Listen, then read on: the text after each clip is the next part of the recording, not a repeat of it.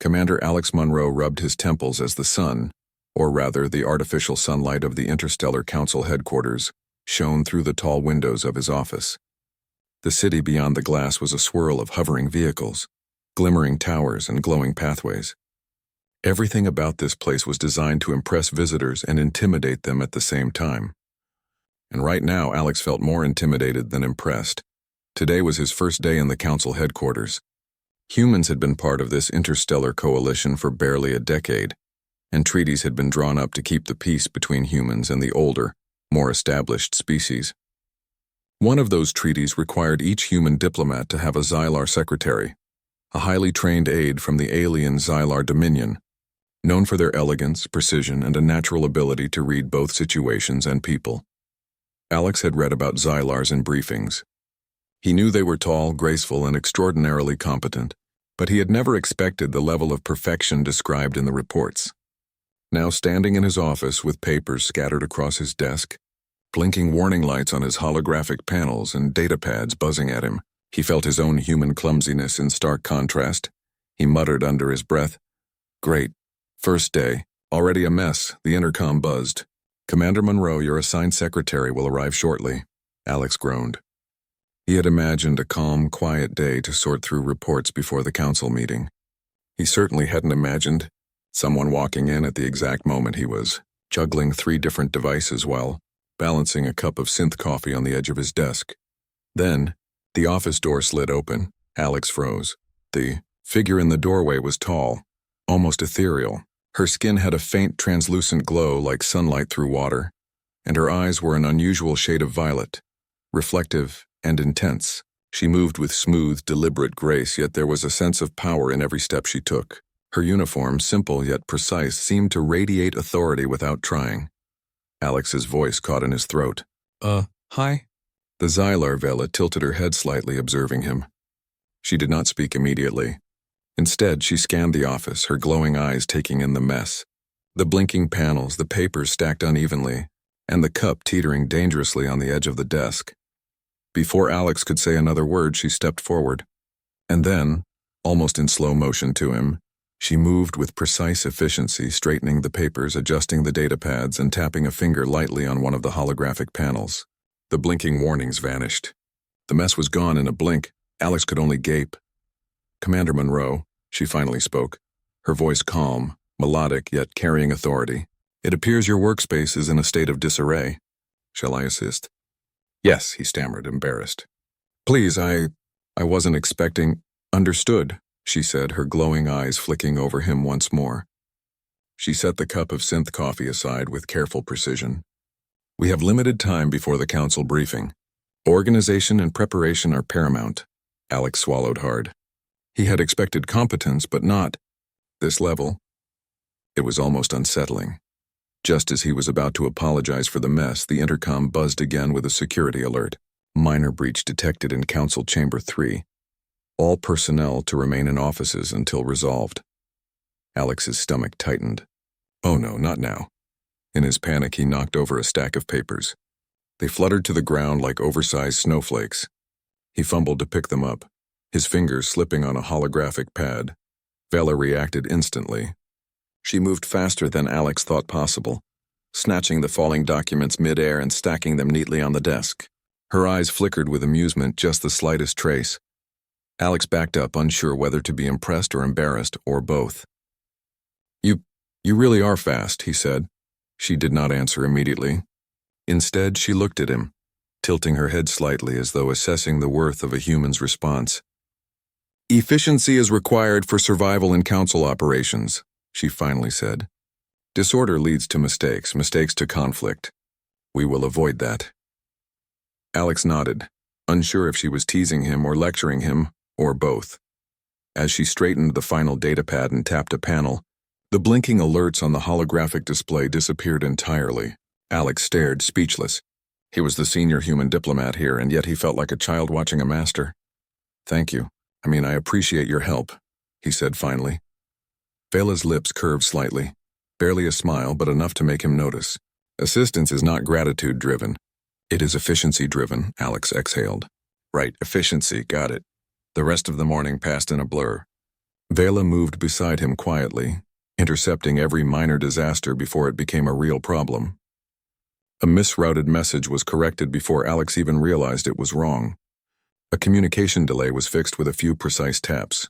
And when a hovering datapad began malfunctioning, she caught it mid-fall, flipped it, and reconnected it to the console seamlessly. By lunch, Alex was both exhausted and fascinated.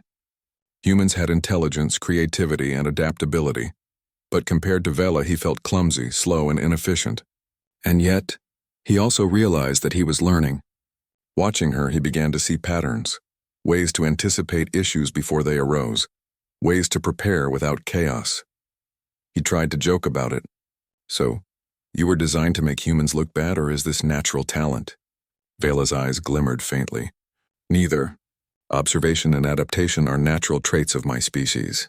Human performance varies widely. Alex laughed nervously. Right, widely. Their conversation was interrupted by another alert. The council briefing had been moved up unexpectedly. Alex glanced at his datapads and reports. They were almost ready, but he felt his nerves tighten.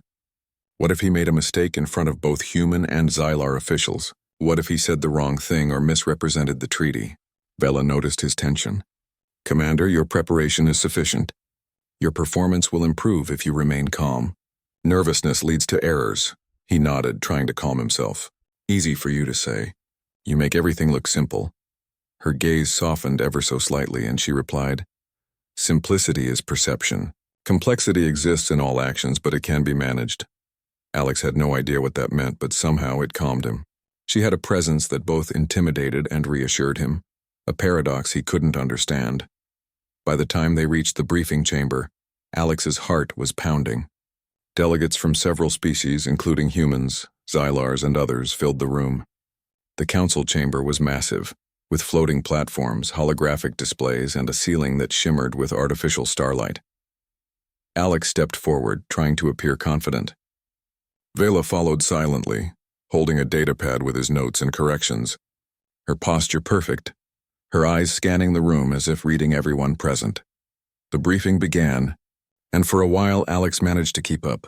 He spoke clearly, presented the reports, and even anticipated a few questions. But then a technical glitch hit. The holographic display flickered violently and went dark. The room erupted in murmurs and alarmed whispers. Alex froze. He had no idea what to do. The entire council seemed to turn toward him, waiting for an answer. Panic rose in his chest. Vela did not hesitate. She moved forward, her hands flying over the controls in a blur. Within moments, the display returned, fully restored, and the room's murmurs turned to quiet astonishment. Alex could only stare, speechless. He felt a mixture of awe, embarrassment, and relief. He had thought he was the one in charge, but clearly Vela had saved him, and the entire briefing. After the meeting, Alex followed Vela out of the chamber, his mind still racing. I don't know how to thank you, he admitted. She tilted her head, her eyes glowing faintly in the dim hallway. Gratitude is unnecessary. Preparation and efficiency are sufficient. You will learn. Alex nodded, though he felt more like a student than a colleague. But a strange thought crossed his mind. Maybe having Vela as his secretary wasn't such a bad thing. Maybe humans needed someone like her, not to overshadow them, but to challenge them, to teach them how to rise to the level of their potential. As they returned to his office, Alex realized one thing clearly. This was going to be a long journey, not just for the council, but for him personally. And while he had walked into this assignment expecting bureaucracy and rules, he had instead found something far more complicated, far more impressive, and far more fascinating, and that was only the beginning. The next morning, Commander Alex Monroe arrived at the council headquarters feeling a mix of determination and nervousness. The previous day had been a whirlwind of unexpected challenges, and though Vela had been nothing short of extraordinary, Alex knew that today would test him even more. Vela was already waiting outside his office when he arrived. Her presence was calm, commanding, and almost hypnotic in its precision. She stood straight, hands folded lightly in front of her as if she had been anticipating his arrival down to the exact second. The glow of her translucent skin caught the soft light of the corridor, making her seem almost otherworldly. Alex hesitated before greeting her. "Good morning, Vela." She inclined her head slightly, her violet eyes locking onto his. "Commander Monroe, we have 30 minutes before the first briefing. I have prepared your notes and suggestions for potential contingencies." He swallowed nervously. "Right. Contingencies. Got it." As they entered his office, Alex glanced at the neatly organized datapads, perfectly aligned papers, and glowing panels that were free of any errors or warnings.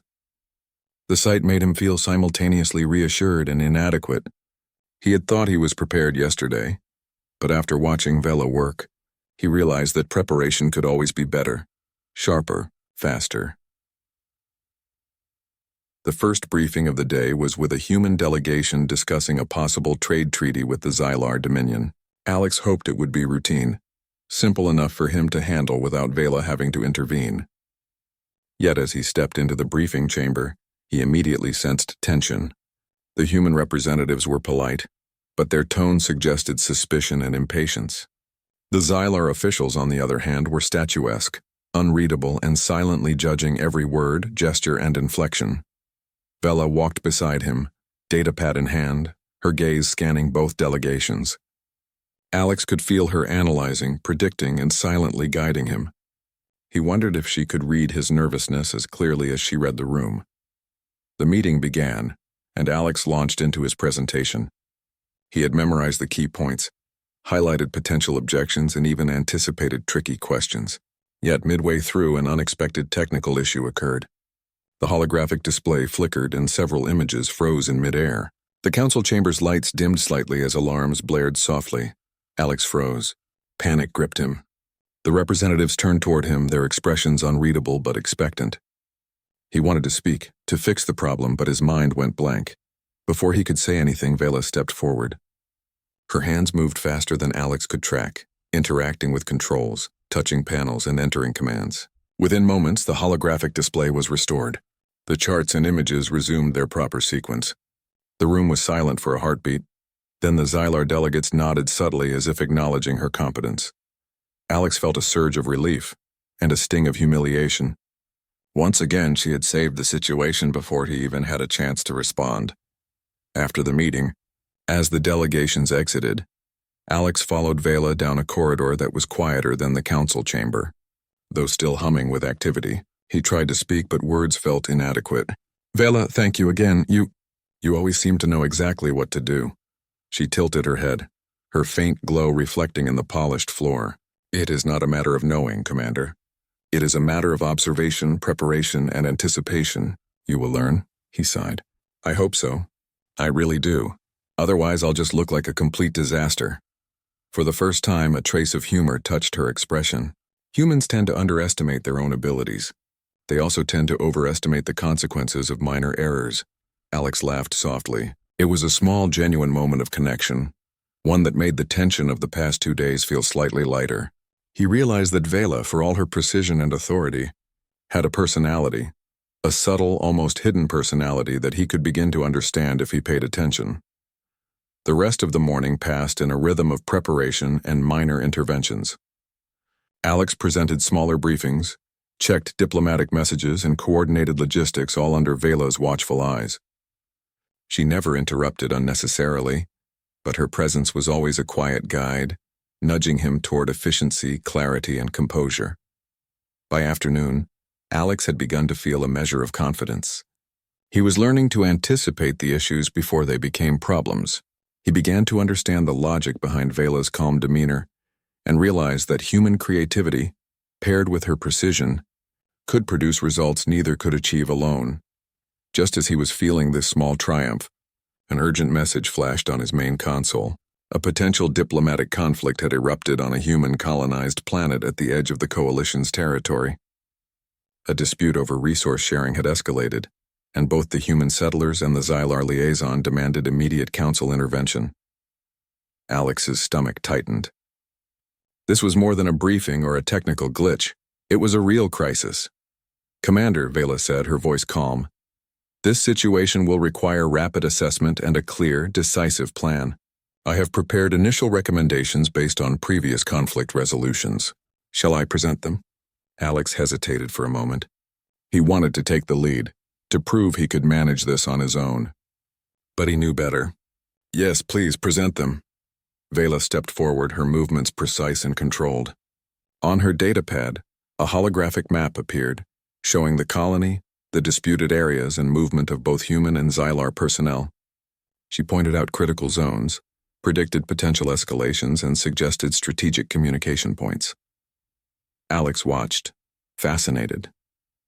Her analysis was almost surgical, detailed, and infallible. But as he listened, he also realized that her recommendations included subtle adaptations to human behavior, moments where intuition and diplomacy could prevent misunderstandings. He could see her respect for human judgment in those points even as she maintained her own authority. Taking a deep breath, Alex stood. Council, I recommend we follow these steps with minor adjustments to account for human settlement dynamics. We need swift communication, reassurance, and strategic allocation of resources. We will avoid escalation through transparency and coordinated action. The council members nodded. Some whispered among themselves, impressed. Alex felt a strange pride. He had incorporated Vela's recommendations but had added his own human intuition to make them fit the situation. For once, he felt like he had contributed something that only a human could contribute. After the briefing concluded, Alex and Vela returned to his office. He sank into his chair, exhausted but relieved. You know, he said quietly, I was worried about having an alien secretary assigned to me. I thought it would be awkward, annoying maybe, but you've been incredible. Vela's glowing eyes met his. Awkwardness is a matter of perception, Commander. Competence should be valued over comfort. You have adapted well despite the challenges. That is commendable. Alex smiled, feeling a strange warmth he hadn't expected. Thanks. I think I'm starting to understand humans. We're not perfect, but maybe we have something to offer even the most advanced species. Her gaze softened, almost imperceptibly. Perhaps. You have shown resilience, adaptability, and creative thinking, traits that some species underestimate. That is the essence of human potential. For a moment, silence fell between them. It was comfortable, reflective. Alex realized that he was not just learning how to work with a Xylar secretary. He was learning about collaboration, trust, and understanding between species. Later that evening, as the artificial sun dimmed and the city lights outside the office began to glow like distant stars, Alex sat back in his chair. Vela remained standing near the console, observing him with quiet attentiveness. You know, he said softly, I never expected the treaty to lead to something like this. I thought it would be rules, paperwork, and formality. Instead, I've learned more in 2 days than I thought possible. Vela's eyes glimmered faintly. Learning is not always comfortable, Commander. Growth often follows challenge. You have faced chaos, misjudgments, and pressure, yet you have adapted. That is progress. Alex chuckled. I guess I owe you more than coffee spills and embarrassment, don't I? Her lips curved slightly. Gratitude is unnecessary. Observation suggests you will continue to improve. Alex leaned back, feeling a mix of amusement and admiration. He realized that Vela was more than a secretary. She was a guide, a challenge, and perhaps a mirror reflecting the best and worst parts of him. He had walked into the assignment expecting inconvenience and annoyance.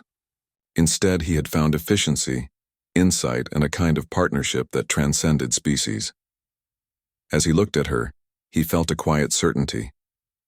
The council, the treaties, the conflicts, they were all important.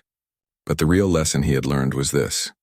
Humans were capable of more than they realized, especially when they worked with someone who could see their potential and challenge them to reach it.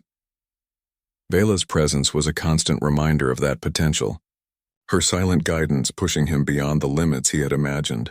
And as he prepared for the challenges of the next day, Alex felt ready, more ready than he had ever been for anything in his life. And for the first time, he truly understood that having an alien secretary assigned to him wasn't a burden or a formality. It was a rare opportunity, a chance to grow, adapt, and rise to a level he had never expected.